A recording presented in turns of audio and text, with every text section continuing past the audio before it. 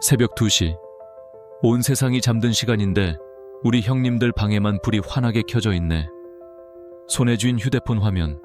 아마 수백 번은 더 들여다봤을 그 사람과의 대화창을 의미 없이 올렸다 내리고 있겠지. 머릿속은 온통 하나의 질문으로 가득 차 있을 거야. 내가 도대체 뭘 잘못한 걸까? 어떻게 해야 그 사람 마음을 되돌릴 수 있을까? 밤새 뒤척이다가 문득 떠오른 기억에 이불킥하면서 그렇게 또 하루를 지새우고 있는 우리 형들. 내가 그 마음 다 알아. 오늘 내가 할 얘기, 어쩌면 형님들 아픈 상처를 후벼 파는 얘기일 수도 있고, 아니면 미친, 이거 완전 내 얘기잖아 하면서 무릎을 탁 치게 될 얘기일 수도 있어. 바로 이 미스터리에 대한 거야. 왜 내가 미친 듯이 매달릴수록 그 여자는 지구 끝까지 도망가려 하고, 내가 모든 걸 내려놓고 내 인생 살겠다 마음먹는 그 순간 마치 기다렸다는 듯이 귀신같이 연락이 오는 걸까? 이거 무슨 청개구리 신보도 아니고 완전 미스터리 아니야? 솔직히 까놓고 말해서 우리 남자들 한번 마음 주면 앞뒤 안 가리고 직진하는 거, 그거 우리 종특이잖아. 이 여자다 싶으면 그냥 올인이야. 연애할 땐 그게 박력이고 순해 보인대 헤어지고 나면 그게 최악의 족쇄가 된다는 거 아마 지금 뼈저리게 느끼고 있을 거야. 오지 않는 연락 기다리면서 1분에 12번씩 휴대폰 들여다보고 카톡 프로필 사진이나 상태 메시지라도 바뀌었을까봐 하루에도 수십 번씩 들락날락하고, 혹시나 술 먹고 전화할까봐 밤늦게까지 잠도 못 자고. 아이고, 우리 형들, 그러고 있는 거 아니지? 그거 사랑이 아니라 스스로를 갉아먹는 희망 고문이야. 내가 다 겪어봐서 알아. 그거만큼 비참한 게 없어. 우리는 어릴 때부터 그렇게 배웠거든. 원하는 게 있으면 끈기 있게 노력하고 절대 포기하지 말라고. 그게 진짜 남자의 길이라고. 근데 말이야, 사랑은 비즈니스나 스포츠가 아니더라고. 내가 죽어라 노력한다고 이기는 게임이 아니야. 오히려 내가 애쓰면 애쓸수록, 발버둥 치면 칠수록 점점 더 깊은 수렁으로 빠져드는 기분. 형들도 느껴본 적 있지? 그래서 오늘 내가 우리 형님들한테 힘내라, 시간이 약이다 같은 뻔한 위로하려고 이 자리에 온 거 아니야. 그런 위로는 옆집 뽀삐도 하겠다. 나는 좀 더 근본적인 얘기를 하고 싶어. 왜 그런 현상이 벌어지는지, 그 차가운 심리학적 메커니즘을 뼛속까지 파헤쳐서 알려줄 거야. 무슨 연애 고수인 척 잘난 척 하려는 게 아니라, 나도 형님들처럼 똑같이 찌질하게 매달려보고 처절하게 차여보면서 내 피, 땀, 눈물로 깨달은 것들이거든. 그러니까 이건 그냥 이론이 아니라 실전에서 써먹는 생존 지침서라고. 이 영상에서 나는 총 7가지 이유를 들어서 설명할 거야.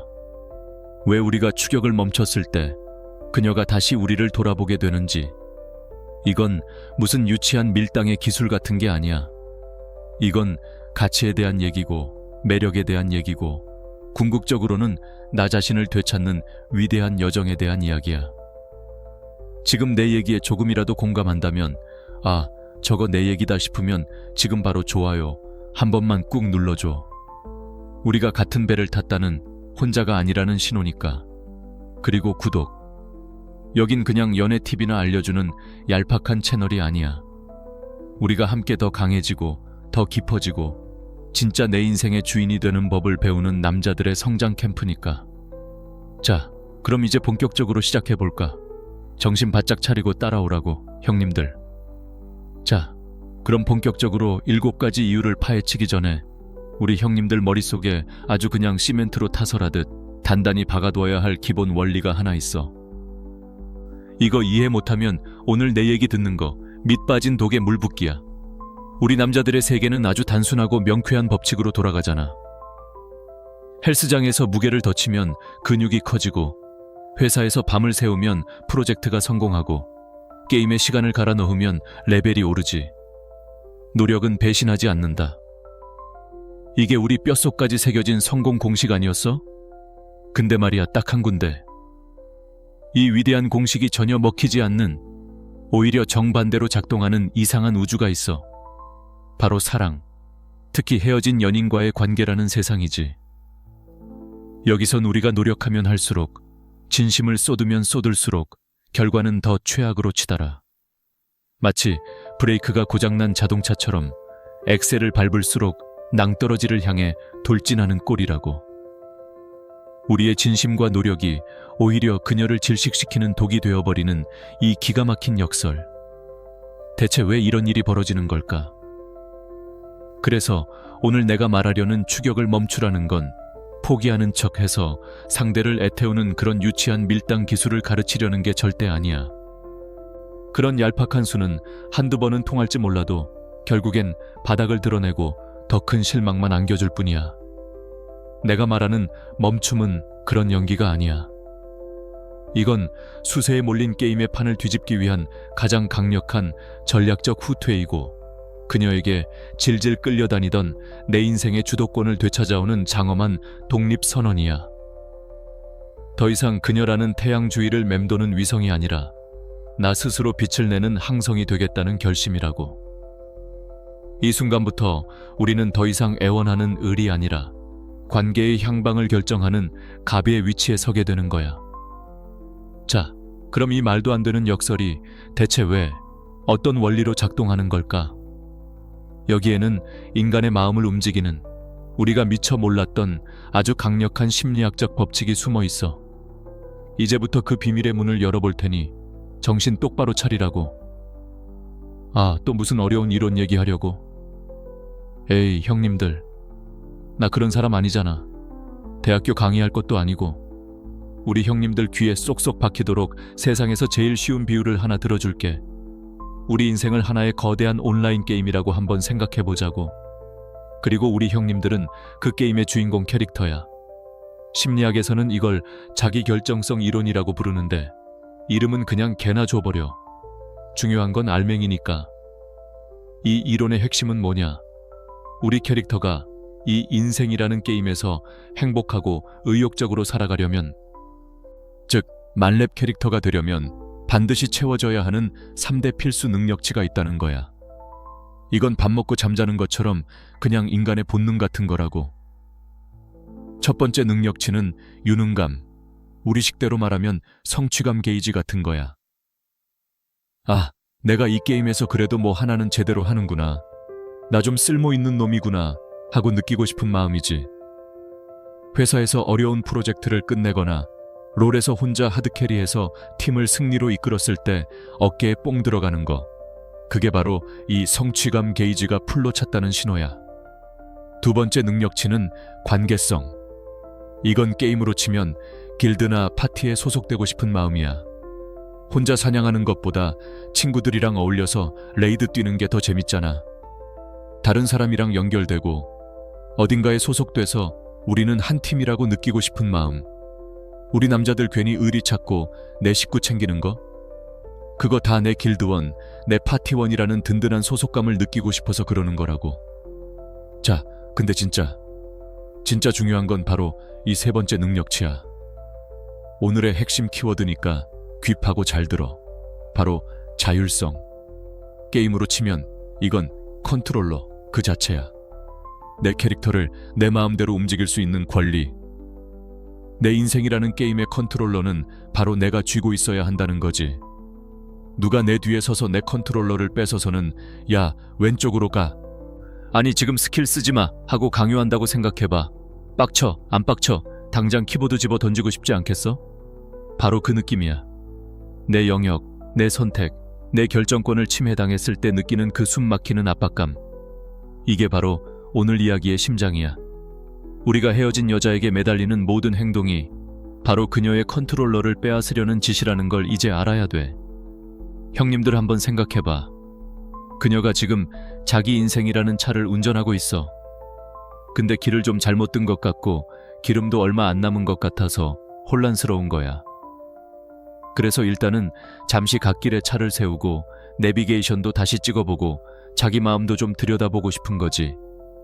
엑셀을 밟을지 브레이크를 밟을지 아니면 아예 유턴을 할지 오롯이 혼자 결정하고 싶은 거라고. 근데 바로 그때 우리가 뒷좌석에서 소리를 지르기 시작하는 거야. 야, 거기서 멈추면 어떡해? 직진해야지. 내비게이션 그쪽 아니야. 이쪽이야. 내 말 들어. 심지어는 운전석으로 몸을 뻗어서 핸들을 뺏으려고까지 해. 이제 감이 좀 와? 우리가 헤어지고 나서 혹은 관계가 삐걱거릴 때 끊임없이 매달리고 설명하려고 하고 설득하려고 하는 그 모든 행동이 상대방 여자에게는 정확히 어떤 느낌을 주는지, 바로 그 숨통을 조여오는 압박감. 우리의 행동은 그 여자의 자율성이라는 아주 신성한 영역을 사정없이 짓밟고 있는 거라고. 우리는 이렇게 생각하지.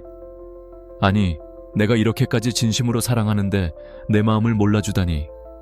한 번만 더 얘기하면, 내 진심을 보여주면 마음이 바뀔 거야. 기가 막힌 착각이지, 형님들. 우리의 그 진심이라는 포장지 안에는 사실 내 뜻대로 해줘라는 시커먼 칼날 같은 압력이 숨어 있는 거거든. 그 여자 입장에선 이런 거야. 아, 제발 이제 그만하고 싶다. 나도 내 감정을 좀 정리할 시간이 필요해. 혼자 생각하고 내가 뭘 원하는지 스스로 결정하고 싶다고. 근데 우리가 계속 카톡 보내고 전화하고 집 앞에 찾아가. 이게 뭘 의미하겠어? 내 생각, 내 감정, 네 시간 다 필요 없고 일단 내 얘기부터 들어. 그리고 내가 원하는 대로 결정해. 이거랑 똑같은 메시지를 계속 보내고 있는 거야, 세상에나. 이거 완전 감정적인 깡패 아니냐고. 사랑이라는 이름으로 행해지는 가장 폭력적인 행동 중 하나가 바로 상대방의 자율성을 빼앗는 거야. 그 여자는 지금 자기 감정의 핸들을 스스로 잡고 싶어 한다고. 근데 우리가 조수석도 아니고 뒷좌석에서 계속 소리 지르면서 핸들을 뺏으려고 하는 꼴이니 그 여자는 어떻게 하겠어? 당연히 그 차에서 뛰어내리고 싶지. 우리로부터 최대한 멀리 도망가고 싶어지는 게 인간의 본능적인 반응이라고. 우리의 사랑이, 우리의 간절함이 그 여자에게는 벗어나고 싶은 족쇄이자 탈출하고 싶은 감옥처럼 느껴지기 시작하는 거야. 사랑하자고 하는 짓이 상대를 감옥에 가두는 꼴이라니. 아이고, 진짜 끔찍하지 않아? 게다가 말이야, 우리가 그렇게 그녀의 운전대를 뺏으려고 할 때 우리는 아주 불리한 위치에서 이 게임을 시작하는 거야. 바로 결핍감이라는 질퍽한 진흙탕 속에서 말이지. 아주 그냥 찌질함의 극치야. 우리는 온몸으로 이런 메시지를 보내고 있는 거라고. 나는 네가 있어야만 비로소 완전해질 수 있어. 제발 나 좀 행복하게 해줘.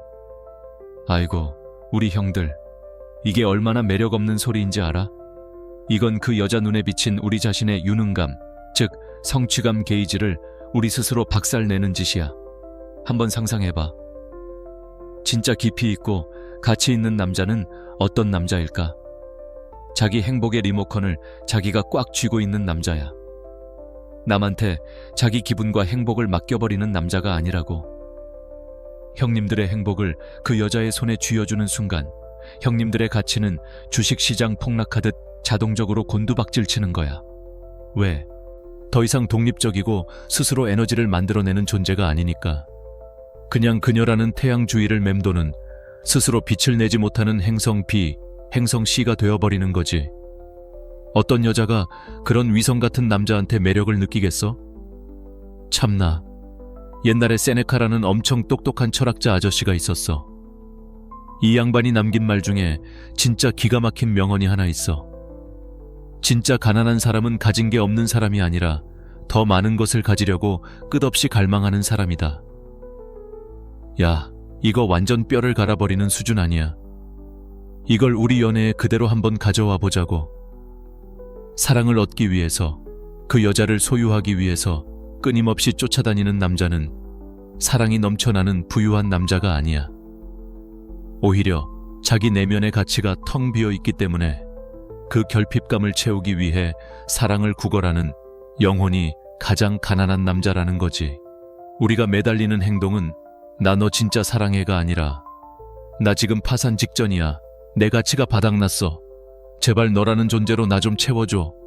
하고 외치는 비명이나 다름없다고. 이 얼마나 처절하고 비참한 모습이야. 자, 근데 형님들, 바로 여기서 이 시궁창 같은 상황에서 대반전이 시작되는 거야. 우리가 그 지긋지긋한 추격을 딱 멈추는 바로 그 순간, 이건 그냥 힘없어서 나가떨어지는 포기가 아니야. 두 손 두 발 다 들고 항복하는 게 아니라고. 이건 바로 전세를 뒤집기 위한 가장 강력한 한 수, 신의 한 수가 되는 거야. 자, 그럼 대망의 첫 번째 이유. 정신 똑바로 차리고 들어. 첫 번째 이유는 바로 희소성의 원칙을 회복하는 거야. 아, 이것도 무슨 어려운 말이냐고? 에이, 형님들. 쉽게 말해서 우리 형님들을 동네 편의점에서 청담동 명품관 한정판 에디션으로 다시 만드는 작업이라고 생각하면 돼. 우리 남자들 솔직히 한정판이라면 환장하잖아. 전 세계에 딱 100개만 생산된 신발, 이번 시즌에만 나오는 시계. 왜 이런 거에 열광하겠어? 구하기 힘드니까. 세상에 널리고 널린 건 아무리 좋아도 거들떠도 안 봐. 근데 희귀하다, 구하기 어렵다 이러면 없던 관심도 생기고 어떻게든 손에 넣고 싶어서 안달이 나잖아. 연애도 사람 마음도 이거랑 아주 그냥 판박이야. 한번 냉정하게 돌아보자고. 헤어지고 나서 우리가 하는 짓이 대체 뭐야? 거의 24시간 대기조 아니었어? 그녀한테서 카톡 하나 오면 뭐 하다가도 하던 일 다 집어던지고 1초 만에 숫자 1, 2 없애버리고, 부재중 전화 한 통이라도 찍혀 있으면 심장이 철렁 내려앉아서는 10초 안에 허겁지겁 다시 걸고, 혹시 마음이 바뀌었을까 하는 헛된 희망에 부풀어서 말이야. 아이고, 우리 형들. 이게 뭐 하는 짓이냐고. 이건 뭐 동네 편의점이야. 24시간 불 켜져 있고 365일 문 열려 있고 언제 가도 내가 원하는 물건이 항상 그 자리에 있는, 손님 입장에선 편하고 좋지. 근데 그 편의점이 엄청 귀하고 소중하게 느껴지나? 아니잖아. 그냥 당연히 거기 있는 거지. 우리가 바로 그 여자에게 24시간 연중무휴 감정 쓰레기통 겸 대기조, 그런 편의점 같은 존재가 되어버린 거라고. 근데 어느 날 이 편의점이 갑자기 셔터를 굳게 내려버렸어. 내부 사정으로 당분간 쉽니다. 팻말 하나 덜렁 붙여놓고 말이야. 그럼 그 여자는 어떨 것 같아? 처음 하루 이틀은 뭐야? 지가 뭔데? 잘 됐네, 귀찮았는데 하고 신경도 안 쓸 거야. 근데 일주일이 지나고 2주가 지나도 이 편의점이 감감무소식이야. 카톡을 보내도 읽지도 않고 전화를 해도 받지를 않아. 그럼 이제 슬슬 이상한 기분이 들기 시작하는 거야. 얘 왜 이러지? 진짜 나 없이도 괜찮은가? 하는 의문이 싹 트는 거지. 사람은 얻는 기쁨보다 잃는 고통을 2배는 더 크게 느끼거든. 이걸 심리학에서는 손실회피 심리라고 불러. 자기가 원할 때 언제든 와서 감정적으로 기댈 수 있었던, 당연하게 여겼던 그 존재가 사라져버린 그 빈자리가 그제야 눈에 보이기 시작하는 거라고. 그때부터 내가 너무 심했나? 혹시 내가 뭔가 소중한 걸 놓치고 있는 건 아닐까? 하는 후회와 궁금증이란 감정이 스멀스멀 피어오르기 시작하는 거야. 내 친구 중에 철수라는 놈이 있어. 아, 이 양반 진짜 헤어지고 나서의 찌질함이란 무엇인가를 온몸으로 보여준 녀석이야. 매일 밤마다 거의 소설 한 편 분량의 장문 카톡을 보내는 건 기본이고, 술만 들어갔다 하면 새벽 3시에 전화해서 내가 뭘 잘못했냐 하면서 울고불고 난리 부르스를 쳤어. 심지어는 그 여자 회사 앞에 가서 퇴근할 때까지 하염없이 기다리기까지 했다니까. 진짜 보는 내가 다 낯뜨거워서 야, 이놈아 제발 그만해라 하고 등짝을 후려칠 정도였어. 그 여자 반응은 말해 뭐해. 아주 그냥 질색팔색을 하면서 전화번호 차단은 물론이고 이사까지 고민할 정도였다고. 그러던 철수가 하도 내가 옆에서 지랄하고 본인도 현타가 제대로 왔는지 어느 날 독하게 마음을 먹었어. 모든 연락을 그냥 끊어버린 거야. 카톡 프로필 사진도 내리고 SNS도 다 비공개로 돌리고, 진짜 나 죽었어 하고 세상과 단절한 채로 일하고 헬스만 했어. 헬스장에서 거의 살다시피 하더라고. 그랬더니 어떻게 됐을 것 같아? 야, 진짜 대박. 딱 3주 지났을 때였나? 그 여자한테서 먼저 연락이 왔어. 그것도 철수한테 직접 온 게 아니라 철수 친구인 나한테. 오빠, 혹시 철수 무슨 일 있어요? 연락이 아예 안 돼서. 혹시 아프거나 한 건 아닌지 걱정돼서요. 형님들, 이게 진짜 철수가 걱정돼서 하는 말로 들려? 천만에 만만에. 이건 걱정이라는 탈을 쓴 탐색전이야. 언제든 자기 소나귀에 놓고 흔들 수 있었던 장난감. 자기 통제권 아래에 있던 남자가 갑자기 사라져버리니까 불안해진 거라고. 자기 영향력이 더 이상 먹히지 않는다는 사실에 대한 공포심인 거지. 그제야 비로소 자기가 발로 뻥 차버린 그 남자가 사실은 꽤 괜찮은 남자였다는 사실, 그리고 그 남자의 부재가 생각보다 크다는 것을 뒤늦게 깨닫기 시작한 거야. 우리가 추격을 멈추는 순간 우리는 더 이상 24시간 편의점이 아니라 문이 굳게 닫힌 명품관이 되는 거라고. 그리고 사람들은 그 닫힌 문을 열어보고 싶어 안달하게 돼 있어. 이게 바로 첫 번째 이유야.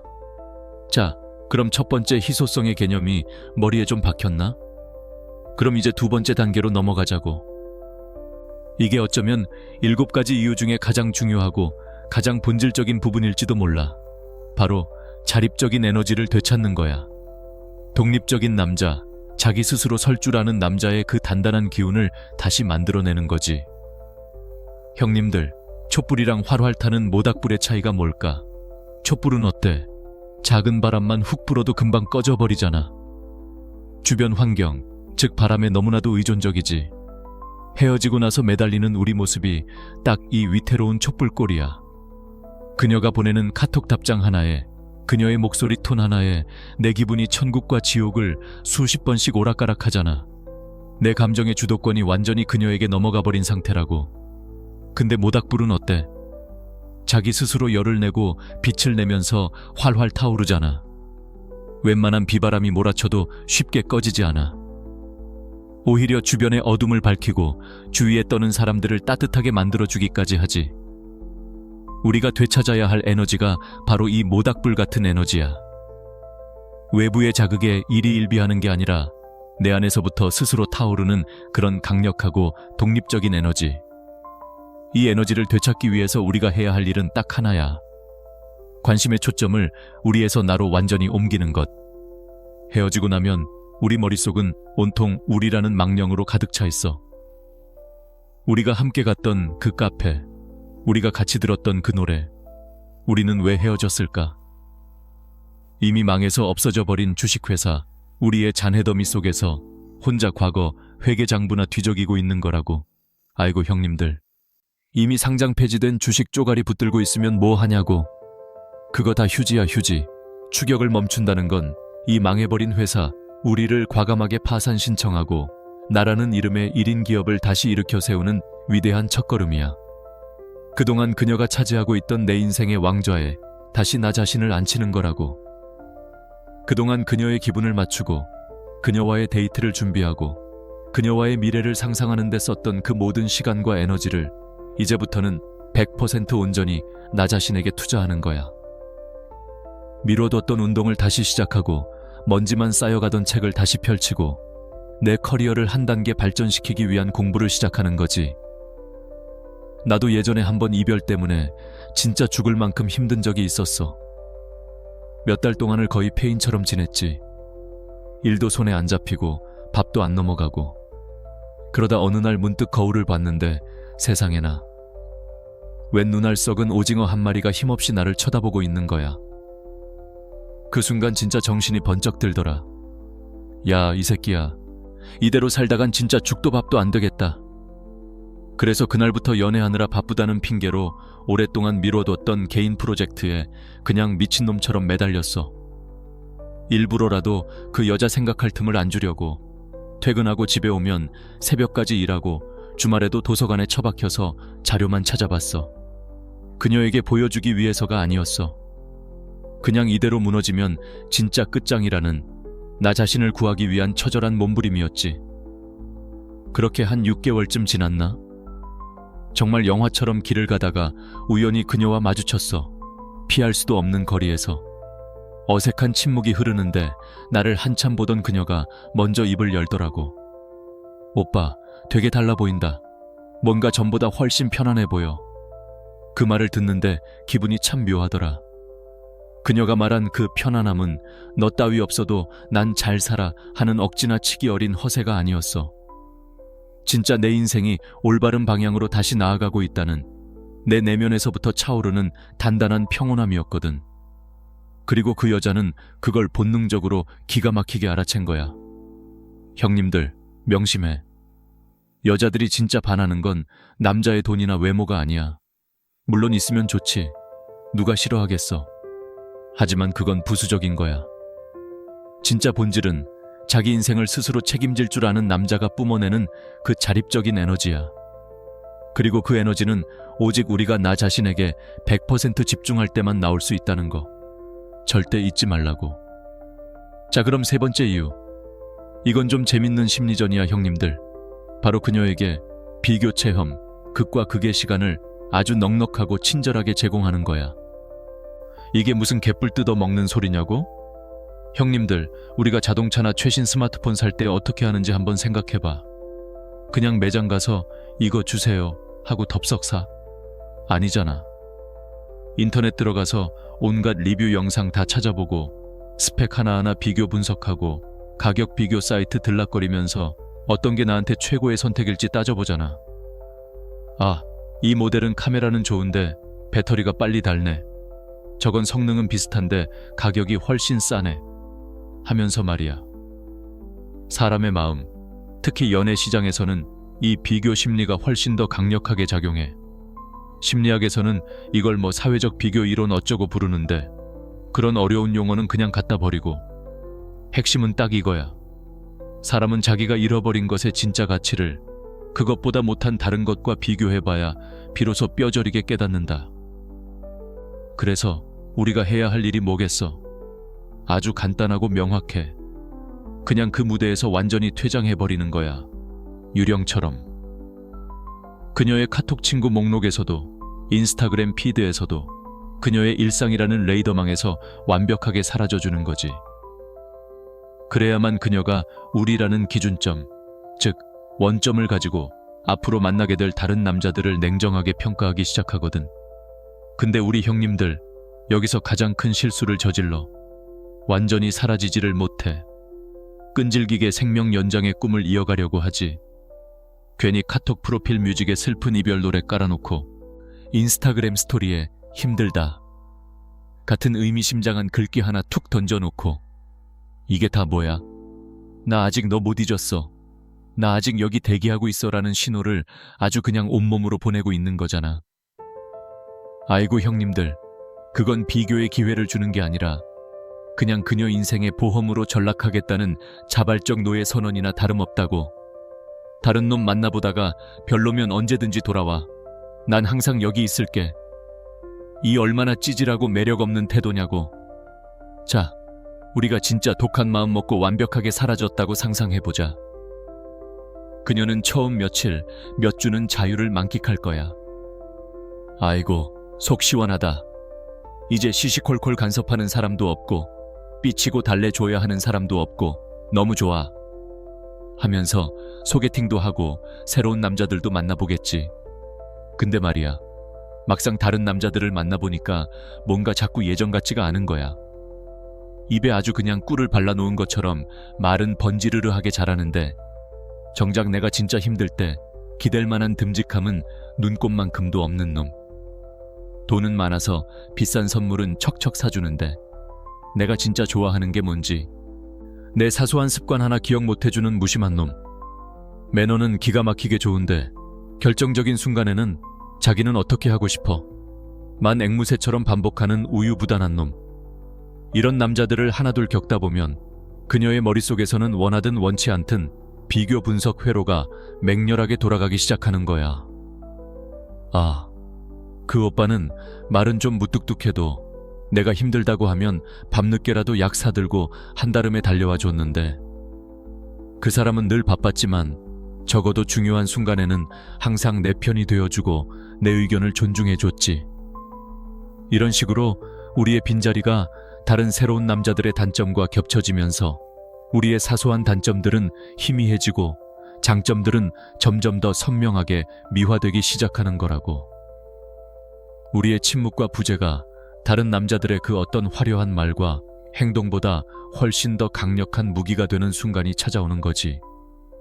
우리가 그녀에게 줄 수 있는 최고의 선물은 바로 이 비교의 시간이야. 자, 이제 네 번째다. 슬슬 지겨워지나? 정신 차려 형님들. 지금부터가 진짜 알짜배기니까. 네 번째 이유는 바로 거울 효과의 판도를 뒤집는 거야. 거울 효과? 이게 뭐냐면 형님들 혹시 그런 경험 없어? 친구가 막 하품을 하니까 나도 모르게 입이 찢어져라 하품을 따라하고, 영화관에서 옆 사람이 훌쩍이니까 나도 괜히 눈시울이 붉어지고, 이런 식으로 사람의 감정이나 행동은 바이러스처럼 전염되거든. 우리가 무의식적으로 상대방의 감정 상태를 거울처럼 따라하게 되는 현상. 이게 바로 거울 효과야. 자, 그럼 이걸 헤어진 연인 관계에 대입해보자고. 이별 직후에 그 여자의 감정 상태가 어떻겠어? 미안함, 죄책감, 혼란스러움, 후련함, 불안감. 아주 그냥 5만 가지 부정적인 감정이 뒤섞인 짬뽕 상태일 거야. 근데 우리가 헤어지고 나서 매달리고 징징대고 절망하는 모습을 보여주는 건 뭘 의미할까? 바로 그녀의 그 혼란스럽고 불안한 감정을 우리가 더 큰 거울이 되어서 더 증폭시켜서 비춰주고 있는 꼴이야. 그녀가 불안해서 한 발짝 뒤로 물러서면 우리는 더 큰 불안감에 사로잡혀서 두 발짝 앞으로 다가가고, 그녀가 죄책감 때문에 연락을 피하면 우리는 내가 도대체 뭘 그렇게 잘못했는데 하면서 더 깊은 절망감을 비추지. 결국 어떻게 되겠어? 둘이서 같이 불안과 절망이라는 시궁창에 빠져서 허우적대는 거야. 그 여자 입장에서는 우리라는 거울을 볼 때마다 자기 내면의 그 끔찍하고 혼란스러운 감정이 더 선명하게 보이니까 본능적으로 우리를 더 피하고 싶어지는 거라고. 아, 저 남자만 보면 내 기분까지 더러워져. 이렇게 되는 거지. 추격을 멈추고 우리 자신에게 집중한다는 건 바로 이 부정적인 감정의 거울을 박살내버리는 혁명적인 행동이야. 그리고 그 자리에 새로운 거울을 딱 갖다 놓는 거지. 어떤 거울? 바로 평온함과 자신감, 그리고 여유라는 이름의 거울. 이제부터 게임의 룰이 바뀌는 거야. 우리가 그녀의 혼란스러움을 비추는 게 아니라 그녀가 우리의 평온함을 비추게 만드는 거라고. 우리가 이 관계의 감정의 온도 조절 장치가 되는 거지. 우리가 우리 인생의 목표에 다시 집중하고 묵묵히 자기 길을 걸어가면서 단단하고 평온한 모습을 보여주면 그 에너지는 전염될 수밖에 없어. 우리의 그 고요함이 혼돈의 폭풍우 속에서 방향을 잃고 헤매던 그녀에게는 저 멀리서 깜빡이는 등대 불빛처럼 느껴지기 시작하는 거야. 사람은 본능적으로 혼돈보다는 질서를, 불안보다는 안정을 갈망하게 되어 있거든. 자, 그럼 실전 상황을 한번 예로 들어볼까? 우리가 이렇게 평온함을 유지하면서 몇 주 혹은 몇 달을 잘 버티고 있어. 그럼 슬슬 그녀 쪽에서 미끼를 던지기 시작할 거야. 어느 날 밤 카톡이 띠링하고 울리는 거지. 내용은 아마 이런 식일 거야. 자니? 뭐해? 아니면 여자들의 필살기. 오빠, 나 보고 싶어?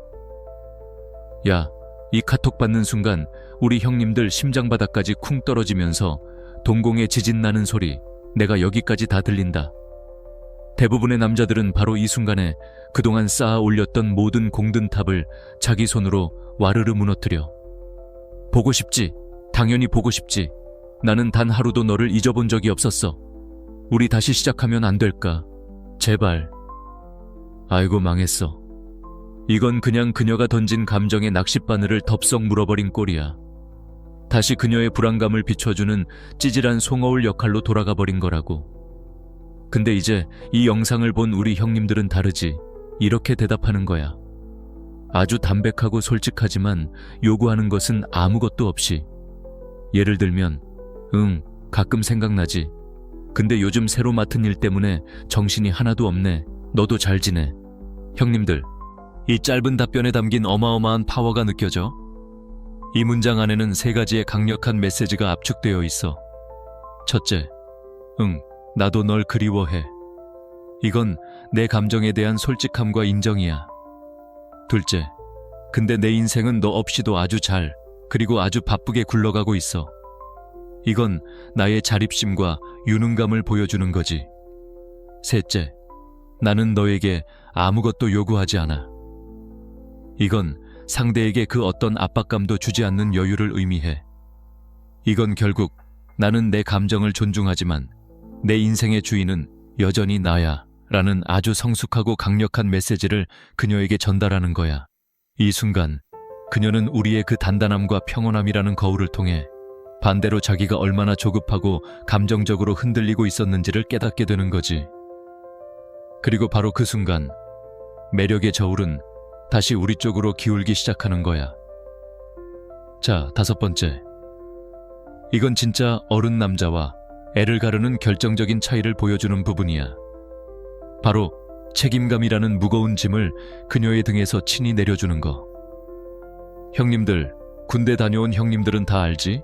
완전 군장하고 행군하는 거. 그 20kg가 넘는 군장 어깨에 메고 몇 시간 몇십 킬로미터를 걷는 게 얼마나 죽을 맛인지. 근데 말이야, 우리가 헤어지고 나서 매달리는 모든 행동은 사실 그 여자한테 우리 감정이라는 보이지 않는 군장을 억지로 매게 하는 거랑 똑같아. 그 군장 안에는 뭐가 들어있을까? 나의 행복, 나의 슬픔, 나의 절망, 나의 미래. 이 모든 무거운 것들을 쑤셔넣고는 자, 이제 네가 책임져 하고 그녀의 가녀린 어깨에 올려놓는 꼴이라고. 그러니 그 여자가 어떻게 하겠어? 너무 무거워서 주저앉거나 아니면 그 짐을 벗어던지고 최대한 멀리 도망가고 싶지 않겠어? 우리가 제발 다시 한 번만 생각해줘. 너 없으면 난 아무것도 못해. 내 인생은 이제 끝났어. 같은 말을 할 때 우리는 사랑을 호소하고 있다고 착각하지만 사실은 세상에서 가장 비겁한 방식의 정서적 협박을 하고 있는 거야. 그 말의 속뜻은 이거거든. 내 행복은 전적으로 네 손에 달려 있어. 만약 네가 나를 떠나서 내가 불행해진다면 그건 전부 네 책임이야. 세상에나. 이거 완전 양아치 아니냐고. 어떤 사람이 자기 때문에 다른 사람의 인생이 망가지고 불행해진다는 그 끔찍한 죄책감을 온전히 짊어지고 싶겠냐고. 바로 그 죄책감이라는 감정이 그녀를 우리에게서 더 빨리, 더 멀리 도망치게 만드는 가장 강력한 연료가 되는 거야. 우리를 사랑해서 돌아오는 게 아니라 우리를 볼 때마다 느껴지는 그 감정적인 빚과 부담감이 너무나도 무섭고 끔찍해서 도망가는 거라고. 추격을 멈춘다는 건 바로 우리가 그녀의 어깨에 억지로 올려놨던 그 감정의 군장을 다시 내 두 손으로 받아오는 아주 성숙하고 책임감 있는 행동이야. 그리고 그녀에게 이렇게 선언하는 거지. 내 결정 존중할게.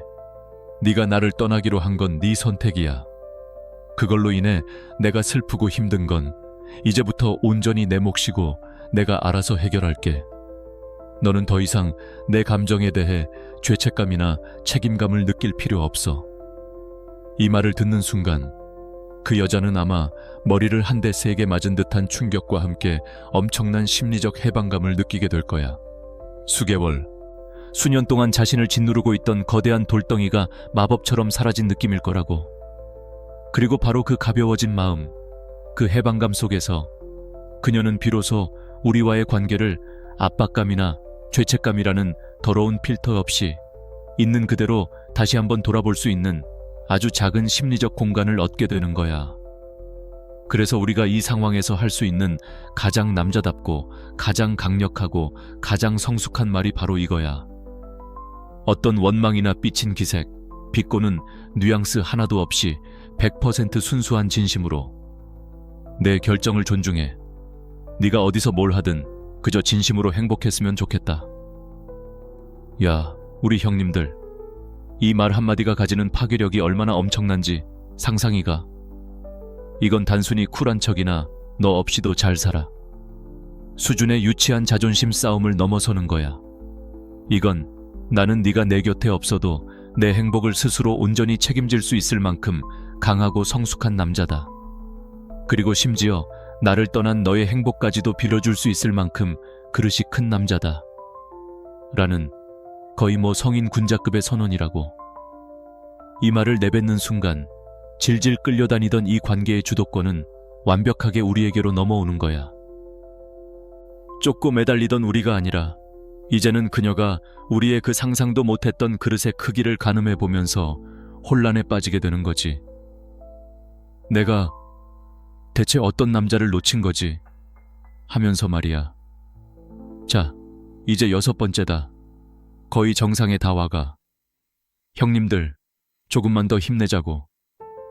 여섯 번째 이유는 바로 감정적 주권이라는 엄청난 매력을 발산하는 거야. 아이고, 말이 또 어렵다고? 쉽게 풀어줄게.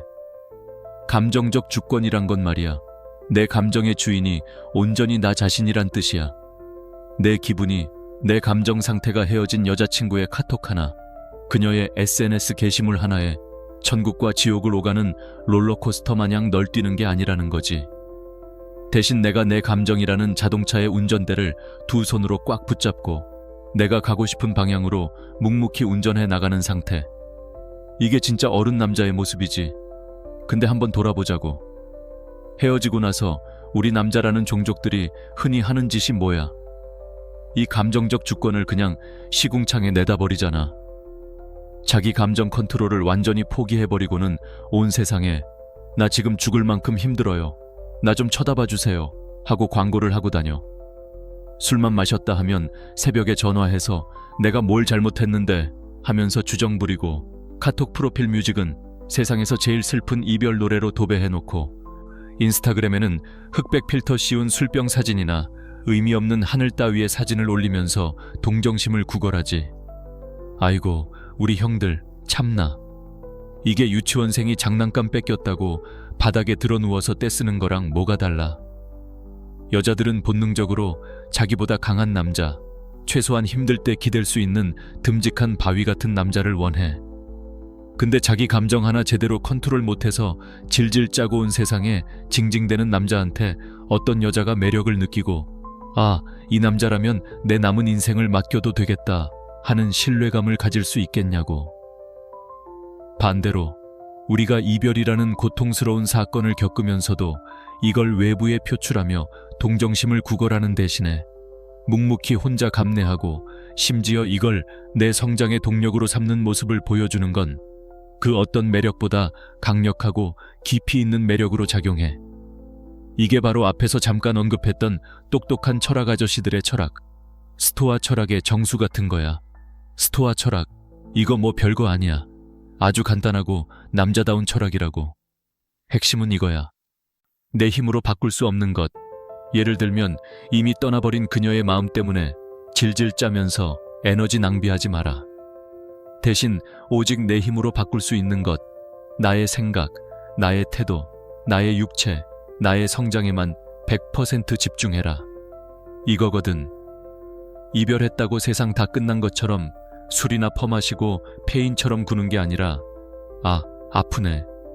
근데 이 아픔을 딛고 나는 더 단단하고 강한 인간이 될 거야 하고 조용히 이 악물고 자기 자신을 단련시키는 남자. 그게 바로 아무나 가질 수 없는 깊이가 다른 남자의 모습이지. 여자는 이런 남자를 보면서 본능적인 안정감과 존경심을 느껴. 아, 이 남자는 내 생각보다 훨씬 강한 사람이었구나. 인생에 어떤 시련이 닥쳐도 쉽게 무너지지 않을 사람이구나 하고 말이야. 그 묵묵함과 단단함이 바로 최고의 신뢰의 증표가 되는 거라고. 그니까 제발 우리 형님들, 오늘부터 당장 카톡 프로필 상태 메시지에 비가 오는 날엔 역시 내 마음에도 눈물이 흐른다, 이딴 중2병 걸린 멘트 좀 치워. 인스타그램에 흑백 필터 씌워서 소주병 들어놓은 사진 같은 거 올리지 좀 말라고. 보는 사람 손발이 다 오그라들어서 없어질 지경이야. 대신 뭘 해야 하냐고. 가장 좋은 건 침묵이야. 아무것도 하지 않는 것. 근데 만약 뭔가를 보여주고 싶다면 형님들이 성장하고 있다는 증거를 보여주는 거야. 헬스장에서 땀 뻘뻘 흘리면서 운동하는 사진, 주말에 혼자 등산 가서 정상에서 찍은 풍경 사진, 새로운 기술을 배우기 위해 책상에 앉아있는 뒷모습. 이런 것들이야. 거창할 필요 없어. 그냥 나는 너와의 이별 따위에 내 인생을 멈춰 세우지 않는다. 나는 이 아픔을 연료 삼아 더 높은 곳으로 나아가고 있다. 라는 메시지를 구질구질한 말 대신 담백한 행동으로 보여주는 거야. 형님들이 흘리는 땀방울 하나가 그녀의 마음을 흔드는 그 어떤 감성적인 100마디 말보다 훨씬 더 강력하고 훨씬 더 섹시한 메시지를 전달하는 법이라고. 기억해. 진짜 강한 남자는 침묵으로 말하는 법이야. 자, 형님들. 마지막 7번째 이유다. 여기까지 포기 안 하고 따라온 형님들, 진짜 대단한 형님들이야. 이 마지막 7번째는 우리가 그동안 1번부터 6번까지 뿌려놓은 모든 씨앗들이 드디어 탐스러운 열매를 맺는, 우리가 그린 그림의 마지막 눈동자를 찍는 활용점정의 단계야. 바로 귀인 이론의 스위치를 켜는 거지. 아, 또 무슨 이론이냐고 머리 아파하지 말고. 이것도 아주 간단해. 귀인 이론이라는 건 원인을 귀속시킨다. 즉, 원인을 찾아서 갖다 붙인다는 뜻이야. 쉽게 말해서 사람은 어떤 현상이나 사건이 벌어지면 그냥 그렇구나 하고 넘어가는 게 아니라 저건 도대체 왜 저럴까 하고 자기 나름대로 그 원인을 찾아내고 해석하려는 아주 강력한 본능이 있다는 거야. 예를 들어 볼까? 길을 가는데 저 앞에서 친한 친구 놈이 걸어와.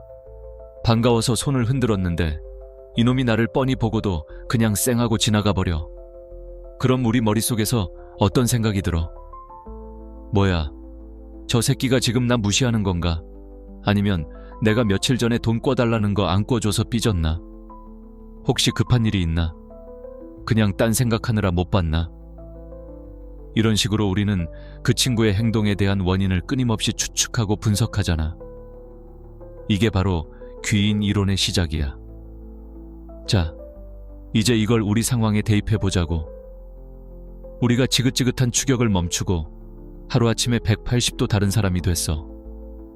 SNS에 징징대는 글도 안 올라오고 술 먹고 전화하는 일도 없고 오히려 운동하고 일하고 뭔가를 배우면서 자기 인생을 아주 멋지게 살아가고 있어. 그럼 그녀의 머릿속에서는 이 귀인 이론 회로가 미친 듯이 돌아가기 시작하는 거야. 아니, 이 남자 갑자기 왜 이래? 불과 한 달 전까지만 해도 나 없으면 죽을 것처럼 매달리더니 어떻게 갑자기 저렇게 평온하고 단단한 사람이 됐지? 도대체 왜? 처음 한두 주는 이렇게 생각할 수도 있어. 참나 꼴값 떨고 있네. 어디서 유튜브 같은 거 보고 와서 어설프게 밀당하는 거겠지. 며칠 저러다 말겠지. 하면서 우리의 변화를 유치한 연애 기술 탓으로 돌릴 거야. 근데 한 달이 지나고 2달이 지나도 우리가 전혀 흔들림이 없어. 여전히 묵묵하게 우리 갈 길을 가. 그럼 이제 그녀의 머릿속은 복잡해지기 시작해. 더 이상 우리의 변화를 영이나 기술로만 설명할 수가 없거든. 그래서 새로운, 더 그럴듯한 원인을 찾아 나서게 되는 거야. 혹시 그 사이에 다른 괜찮은 여자라도 생긴 건가? 아니면 내가 모르는 중요한 시험이나 프로젝트가 생겨서 거기에 완전히 미쳐 있는 건가?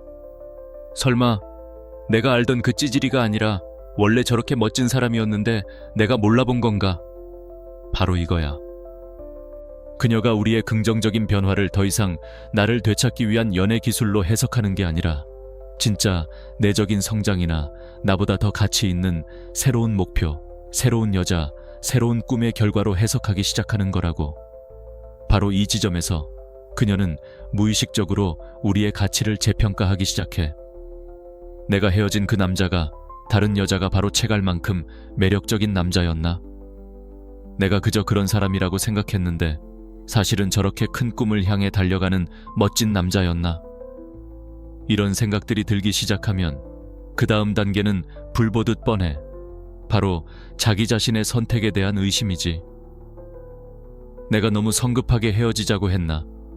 내가 사람을 잘못 본 건가? 혹시 내가 평생 후회할 실수를 한 건 아닐까? 이 자기의심이야말로 그녀가 우리에게 다시 연락하고 싶어 안달하게 만드는 가장 강력한 심리적 기폭제가 되는 거야. 자기가 길가에 툭 하고 버린 돌멩이가 사실은 세상에 다시 없을 다이아몬드 원석이었을지도 모른다는 그 찝찝한 불안감. 그거만큼 사람을 밤새 잠 못 이루게 하는 게 없거든. 결국 이 모든 과정의 마지막은 이런 장면으로 귀결되는 거야. 그녀가 어느 날 밤 친구를 만나서 술 한잔 하다가 이렇게 말하는 거지. 야, 나 아무래도 철수랑 헤어진 거 조금 후회되는 것 같아. 친구가 놀라서 묻겠지. 왜? 갑자기 무슨 일 있었어? 그럼 그녀가 이렇게 대답하는 거야. 아니 그냥 걔 요즘 사는 거 보니까 내가 너무 좋은 사람을 내 손으로 놓친 것 같아서. 형님들, 이 말을 듣는 순간 게임은 끝난 거야. 우리가 완벽하게 이긴 거라고. 아, 우리 형님들. 방금까지 우리는 그녀가 다시 돌아올 수밖에 없는 7가지 이유에 대해 아주 그냥 탈탈 털어봤어. 근데 그 7가지 이유가 결국 가리키는 단 하나의 핵심, 그 본질이 뭔지 이젠 알겠지? 그건 바로 다른 누구도 아닌 우리 형님들, 나 자신의 내적 가치야. 근데 여기서 내가 진짜 우리 형님들의 가슴에 대고 하고 싶은 이 영상의 가장 깊은 얘기가 있어. 잘 들어봐. 남을 용서하는 것도 살면서 참 어려운 일이지만 진짜 세상에서 제일 어렵고 제일 위대한 일은 바로 과거에 찌질했던 나 자신을 용서하고 있는 그대로 받아들이는 거야. 우리 솔직히 한번 까놓고 얘기해보자고. 헤어지고 나서 매달리고 징징대고 구차하게 굴었던 그때의 내 모습. 지금 돌이켜보면 어때? 아마 밤마다 이불에 하이킥을 날리고 싶을 거야. 아, 내가 진짜 왜 그랬을까? 그 찌질한 새끼 진짜 죽여버리고 싶다. 하면서 스스로를 미워하고 자책하고 있지는 않아? 바로 그 자기 혐오와 자책감이야말로 우리가 더 단단하고 멋진 남자로 나아가지 못하게 발목을 꽉 붙들고 있는 가장 무겁고 질긴 족쇄라고. 근데 형님들, 이건 반드시 알아야 돼. 그때 우리가 그렇게 찌질하고 나약하게 굴었던 게 우리 본성이 원래부터 글러먹어서가 아니야. 그건 그냥 인간이라면 누구나 느끼는 버려짐에 대한 원초적인 두려움, 그리고 살면서 한 번도 겪어보지 못했던 그 거대한 감정의 폭풍우를 어떻게 다뤄야 할지 몰랐던 미숙함 때문이었어. 그건 실패가 아니라 지극히 자연스러운 인간의 반응이었다고. 그러니까 지금 이 순간 과거에 그 꼴사나웠던 내 모습을 마음속으로 한번 떠올려봐. 그리고 그놈의 어깨를 툭툭 두드려주면서 아주 따뜻한 목소리로 이렇게 말해주는 거야. 야, 이 새끼야. 그때 진짜 뒤지게 힘들었지. 얼마나 아프고 무서웠으면 그렇게까지 했겠냐. 그게 네가 그때 할 수 있었던 최선이었다는 거. 이제 내가 안다. 괜찮아. 이제 내가 다 용서해 줄게. 세상 그 어떤 유튜버가 알려주는 연애 기술, 심리학적 트릭보다 지금 이 순간의 진심 어린 자기 용서가 100배, 1000배는 더 중요하고 강력해. 이 단단한 자기 용서라는 반석 위에 세우지 않은 모든 기술들은 결국 모래 위에 지은 성처럼 한순간에 무너져 내릴 뿐이야. 나 자신을 온전히 용서하는 바로 그 순간, 우리는 비로소 과거의 후회라는 질척이는 감옥에서 풀려나서 진짜 자율성을 되찾게 되는 거야. 더 이상 아, 그때 내가 왜 그랬을까 하는 후회에 발목 잡혀 사는 게 아니라 고요하고 단단한 마음으로 오롯이 앞을 보고 나아갈 수 있게 되는 거지. 명심해, 형님들. 우리가 지금 하고 있는 이 모든 과정은 그녀를 다시 돌아오게 만들기 위한 고도의 심리 게임 따위가 아니야. 이건 다시는 내 인생에서 그 어떤 여자를 쫓아다니느라 내 소중한 시간과 에너지를 낭비할 필요가 없는, 오히려 다른 사람들이 간절히 들어오고 싶어 하는 그런 단단하고 매력적인 나의 세계를 건설하는 위대한 작업이라고. 그녀가 다시 돌아오는 건 만약 그런 일이 일어난다면 그건 그냥 우리가 더 위대하고 멋진 남자가 된 것에 대한 지극히 당연한 결과일 뿐이야. 일종의 보너스 스테이지 같은 거지. 돌아오면 좋은 거고 안 돌아와도 상관없어. 왜? 우리는 이미 그녀 없이도 충분히 행복하고 완전한 존재가 되어 있을 테니까. 마지막으로 아까 말했던 그 스토아 철학자 중에 에픽테토스라는 개 멋있는 아저씨가 남긴 말로 이 얘기를 마무리하고 싶어. 그 양반이 그랬어. 일어나길 바라는 대로 일이 일어나길 추구하지 마라. 대신 일어나는 대로 일이 일어나길 바래라. 그러면 내 인생은 평온할 것이다. 야, 이거 진짜 소름 돋게 멋있는 말 아니냐. 그녀가 우리에게 돌아오든 돌아오지 않고 영원히 떠나가든 그건 더 이상 우리 소관이 아니야. 그건 그냥 일어나는 일일 뿐이야. 우리의 유일한 책임과 의무는 그녀의 존재 여부와는 아무런 상관없이 내게 주어진 이 단 한 번뿐인 인생을 내 두 발로 버티고 서서 내가 할 수 있는 가장 최고 버전으로 살아내는 것, 그거 하나뿐이라고. 자, 형님들. 이렇게 해서 우리가 찌질한 추격을 멈췄을 때 오히려 그녀가 우리를 다시 찾게 되는 7가지 심오한 이유에 대한 기나긴 여정을 모두 마쳤어. 결론적으로 오늘 내가 우리 형님들한테 한 얘기의 핵심은 무슨 연애 잘하는 비법이나 여우 같은 밀당 기술 따위가 아니야. 이건 우리 남자들에게 보내는 아주 근본적이고 진심 어린 외침이라고. 제발 더 이상 밖에서 사랑을 찾아 헤매지 말고 네 안에서 너 자신의 가치를 먼저 바로 세워라. 우리 형님들 스스로가 깊이가 있고 책임감이 있고 고요함과 자기 통제력을 갖춘 남자가 될 때 우리는 그냥 존재 자체만으로도 사람을 끌어당기는 강력한 자석이 되는 거야. 오늘 이 영상을 마무리하면서 우리 형님들 가슴에 진짜 불도장처럼 뜨겁게 새기고 싶은 말이 이거야.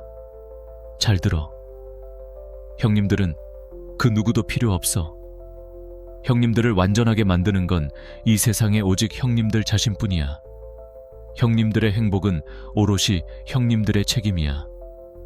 헤어진 여자친구의 책임도 앞으로 만날 그 어떤 여자의 책임도 아니라고. 제발 그 지긋지긋한 집착의 혼돈 대신에 고요한 내면의 평온함을 선택해. 절망감에 질질 끌려다니는 대신 스스로를 존중하는 단단한 자존심을 선택하라고. 아프다고 말로만 징징대지 말고 그 아픔을 땔감 삼아 당신의 인생이라는 집을 벽돌 한 장 한 장 쌓아 올리는 위대한 행동을 선택해. 마지막으로 우리 형님들한테 아주 간단하지만 굉장히 의미 있는 부탁 하나만 할게. 만약 오늘 내 얘기를 처음부터 끝까지 다 듣고 마음속으로 그래, 이제 지긋지긋한 과거는 보내주자. 그리고 그 과거 속에서 허우적대던 찌질했던 나 자신도 이제는 용서해주자. 지금부터는 진짜 평온하고 성숙한 어른 남자의 길을 가보자 하고 굳게 마음을 먹었다면 이 영상 아래 댓글에 다른 말은 다 필요 없고 그냥 숫자 7 하나만 딱 남겨줘.